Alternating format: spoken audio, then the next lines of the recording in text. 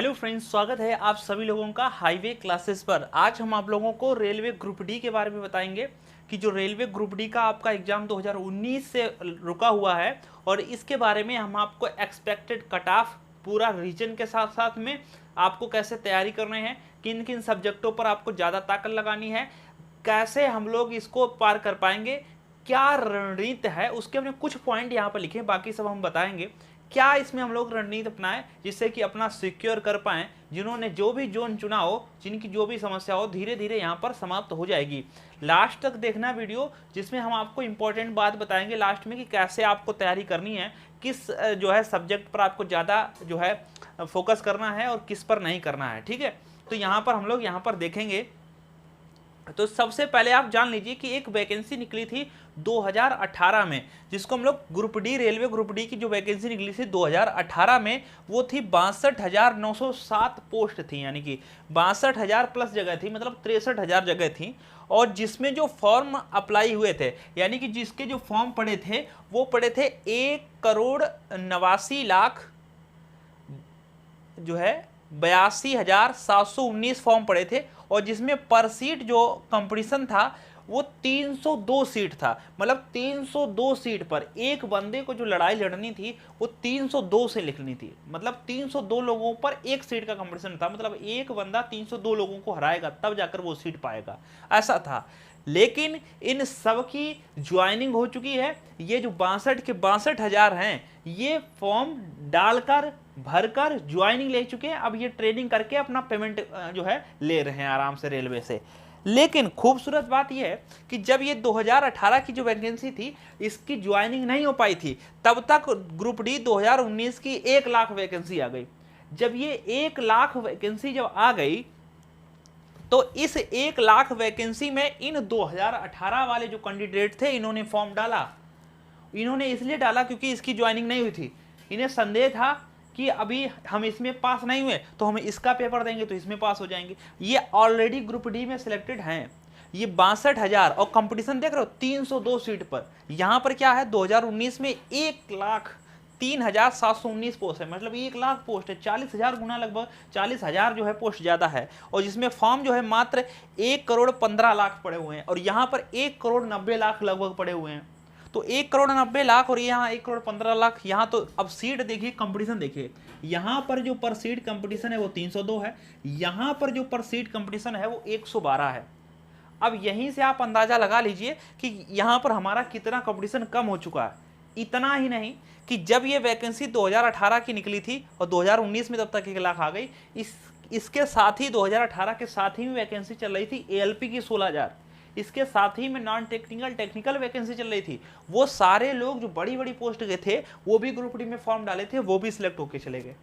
इतना ही नहीं, यूपी की जो सबसे बड़ी वैकेंसी थी यूपी पुलिस की, एक वैकेंसी थी आपकी 49,568, एक थी 42,000। वो दोनों बैच जा चुके हैं और उन दोनों बैचों ने इनमें ग्रुप डी में पक्का फॉर्म डाला होगा, पक्का डाला होगा। एक एक बंदे ने, मतलब एक दो छोड़ दो, मतलब लाखों में एक बंदे नहीं, सब ने डाले होंगे फॉर्म यहाँ पर। और इतना ही नहीं, उस समय और भी बहुत सारी वैकेंसी चल रही थी, बहुत सारी वैकेंसी चल रही थी उस समय जो आपकी विभिन्न, ये केवल हमने यूपी में बताई, इसके बाद में बाकी बहुत सारी यूपी में वैकेंसी की ज्वाइनिंग हो चुकी है। कुछ टीचर बन चुके हैं, उन्होंने भी डाला होगा। ठीक है, बाकी ये सिर्फ यूपी के है। हर स्टेट में लगभग जो है बहुत सारे बच्चे ज्वाइनिंग हो चुके होंगे जिन्होंने इस ग्रुप डी 2019 में फॉर्म भरा है 1 लाख पोस्ट के लिए। और ये हमने कंपटीशन जो निकाला है 112 सीट पर, इन सबको शामिल कर अगर इन लोगों ने पेपर दिया। लेकिन इस बार जो एनटीपीसी का जो पेपर हुआ है, जिसका 7वां फेज चल रहा है, और उसमें एनटीपीसी की जो प्रेजेंटिंग है, एनटीपीसी की जो प्रेजेंटी है वो 50 से 60% जो है 50% है लगभग, मतलब 50% लोग उपस्थित हो रहे हैं। तो हम लोग ये नहीं कह सकते कि 1 लाख इन्होंने फॉर्म डाला है कि ये सबके सब फॉर्म देंगे।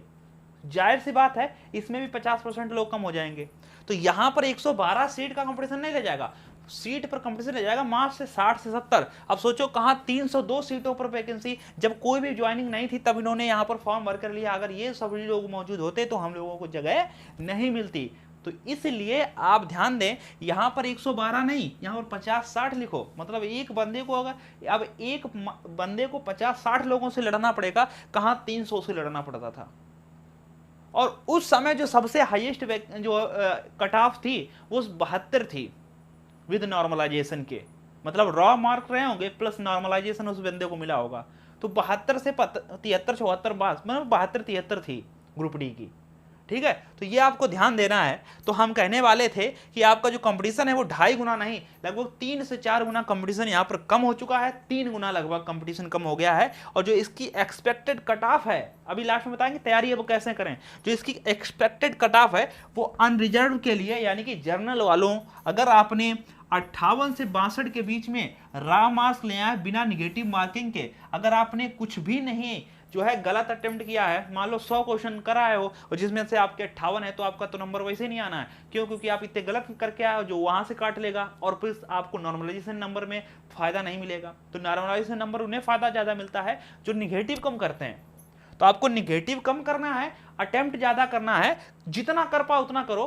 ठीक है, 90 क्वेश्चन से 95 क्वेश्चन से ज्यादा अटेम्प्ट करने ही नहीं है, मतलब होता ही नहीं है ज्यादातर। करने क्या है, नॉर्मल एवरेज स्टूडेंट आपको 85 क्वेश्चन या 90 क्वेश्चन तब अटेम्प्ट कर लेने हैं, अगर हो जाएं तो। नहीं होते हैं तो आप 80 छोड़ दीजिए, नहीं होते हैं तो 75 छोड़ दीजिए, नहीं होते हैं तो 70 छोड़ दीजिए।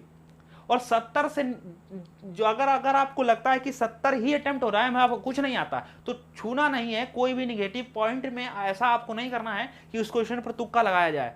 70 हो रहे हैं तो 70 ही रखिए, 70 हो रहे हैं 70 रखिए। हमने यहाँ पर 8 से 62 रखे हैं। अगर आपके 65 हो रहे हैं तो भी 65 ही रखिए। आप एक भी एक्स्ट्रा पेन मत चलाइए, आपको निगेटिव नहीं करनी है। ये चीज यहाँ पर ध्यान दो, एक्स्ट्रा नहीं करने हैं। ओबीसी 55 से 60 अगर आपके रॉ मार्क आते निगेटिव नहीं करते हो, एससी 50 और एसटी 45, समझ रहे हो। आपका जो पेपर होता है उसमें 100 क्वेश्चन आएंगे, 90 मिनट का टाइमिंग होता है, 1.5 घंटे का समय। और जिसका जो सिलेबस है वो मैथ आपकी 25 की पूछी जाएगी, साइंस आपकी 25 की पूछी जाएगी, रीजनिंग 30 की पूछी जाएगी और करंट अफेयर जीएस 20 का पूछा जाएगा। अब यहां पर रणनीति ये बनानी है, तो जो आपको सबसे ज्यादा विषय तैयार करने हैं वो आपका एक हो गया मैथ, और दूसरा हो गया रीजनिंग, और तीसरा हो गया ये, और फिर ये हो गया चौथे पर।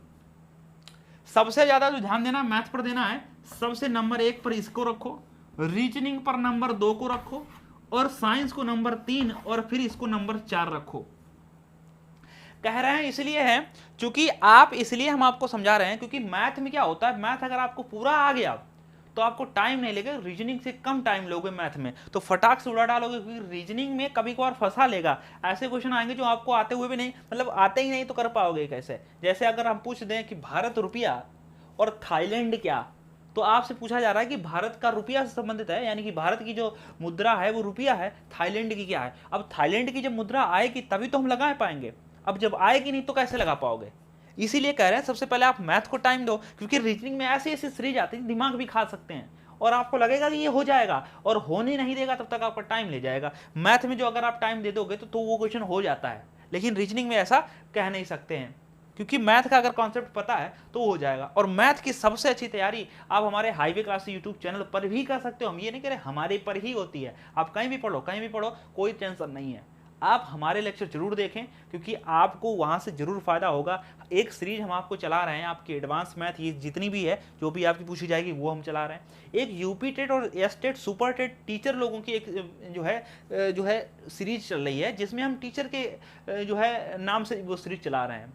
उसमें क्या होगा, उसमें आपको फायदा होगा। उसके जो भी चैप्टर पढ़ाएं, जैसे हमने नंबर सिस्टम, भिन्न, दशमलव भिन्न, लासा मासा, एचसीएफ एचसीएफ, अनुपात समानुपात, लाभांश, परसेंटेज, जो भी पढ़ाएंगे ब्याज, वो आपको पढ़ लेना है, इसमें पक्का फंस जाएंगे। और एडवांस के जितने चैप्टर हैं वो आप एक अलग जो है आपका बैच है जो एडवांस का ही है सिर्फ, तो उसमें फ्री है, free of cost YouTube channel पर हाईवे क्लासेस पर, तो आप उसको देखिए।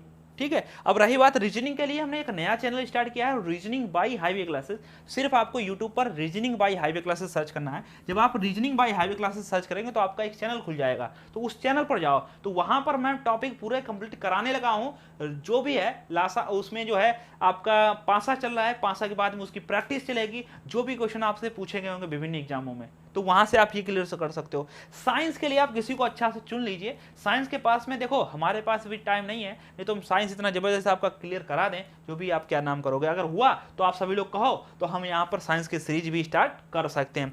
करंट अफेयर और जो भी है, जिसका भी आप करंट अफेयर पढ़ते हो दमादम थोड़ा बहुत पढ़ लेना, और करंट अफेयर जीके जीएस में थोड़ा हिस्ट्री पूरी पढ़ के जाना। हिस्ट्री से यहाँ पर पीछे जो ग्रुप डी में पेपर देखा गया है तो हिस्ट्री से ज्यादा क्वेश्चन आया है, तो हिस्ट्री को ज्यादा फोकस करना, करंट अफेयर को करना प्लस फिर हिस्ट्री को करना। अगर हिस्ट्री तैयार हो जाए फिर पॉलिटी को तैयार लेना, अनुच्छेद वगैरह, मौलिक अधिकार वगैरह, ये सारी चीजें, ठीक है। तो ये सब आपको करना है। तो आपको इस बार जी जान लगा दो जिन्होंने ग्रुप डी में फॉर्म डाला है।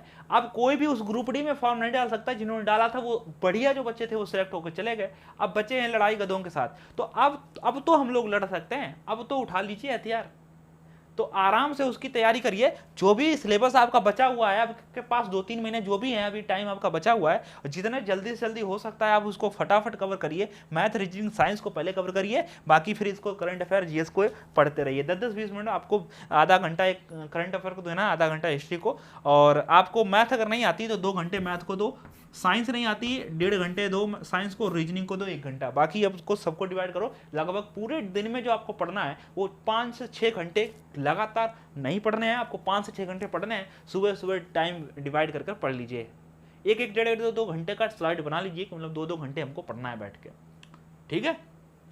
तो उम्मीद है कि हमारी बातों से आपको कुछ फर्क पड़ा होगा और आपको कुछ आइडिया भी लगा होगा, और आप जोन की टेंशन ना लो, किस जोन की कितनी कट ऑफ जाएगी, हमें एक सीट से मतलब है, और हमें एक सीट पर फाइट करेंगे। हमें एक सीट चाहिए, हमें सभी नहीं चाहिए। मान लो ऐसी कोई ऐसा जोन नहीं जिसमें एक सीट हो, ऐसे सभी जोन है जिसमें 3000, 4000, 5000, 10000, 20000 ऐसे पोस्टें हैं। तो आप जोन की टेंशन ना लो कौन से जोन में फॉर्म पड़ा है, किसी भी जोन में पड़ा हो, पढ़ने रहने दो, हमें एक सीट के लिए चाहिए। हमें बस जितना मेहनत पड़ जाए, अगर किसी जोन में 58 गई तो हम इतनी मेहनत कर देंगे कि हमारी 70 जो है हमारा मार्क आएगा, तब कौन निकाल पाएगा, कोई नहीं निकाल पाएगा। तो आप दबा के मेहनत करो। जो भी आपको सहायता चाहिए तो आप हमें कमेंट बॉक्स में बताइए, अगर कोई सजेशन चाहिए तो आप हमें कमेंट बॉक्स में बताइए, और हमसे अगर कुछ सजेशन है, हमसे कोई उम्मीद है या हमें कुछ बताना है तो भी आप कमेंट बॉक्स कर सकते हो। ओके, थैंक यू, मिलते हैं नेक्स्ट लेक्चर में। और कमेंट में सारे जो है आपको लेक्चर दिए गए हैं, तो आप उसके डिस्क्रिप्शन में जाइए, सबकी लिंक दी गई है, आप वहां फटाफट अपने लेक्चर्स को पूरा कर डालिए। मैथ तो पूरा कर डालिए फटाफट, इतनी पढ़ा दी है। थैंक यू, मिलते हैं नेक्स्ट।